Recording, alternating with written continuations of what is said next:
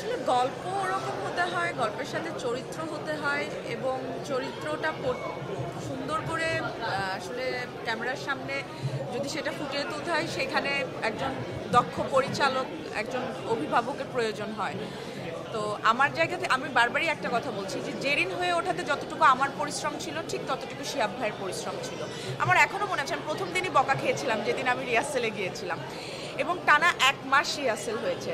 আমি আমার লাইফে কোনো ছবির জন্য মনে হয় এত প্রিপারেশন নিই না। রিহার্সেল টুকটাক হয়েছে, হয়তো শুটিংয়ে যাওয়ার আগে কিছুদিন ওই ক্যারেক্টার নিয়ে চিন্তা করা, ওই ক্যারেক্টারের গেট আপে এসে কথা বলা, ইভেন হ্যাঁ সুরঙ্গের সময়ও হয়েছে, কিন্তু টানা 1 মাস টাইম ধরা ছিল যে একদম 2টার মধ্যে চলে যেতে হবে, 2টা থেকে 9টা পর্যন্ত রিহার্সেল হবে।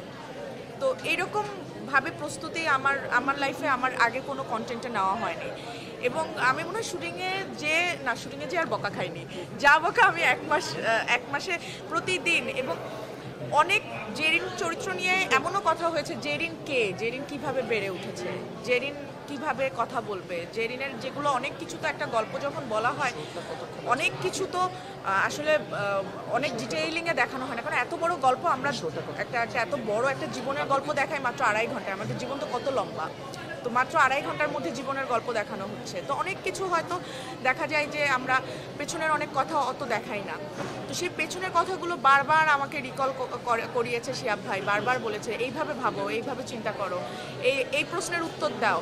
এবং অনেক সময় এরকম হয়েছে আমি একভাবে ভাবছি, শিহাব ভাই একভাবে, শিহাব ভাই বলছে তুমি এটা কেন ভাবছো আমাকে বলো, বলছি ভাই আমি এই কারণে ভাবছি।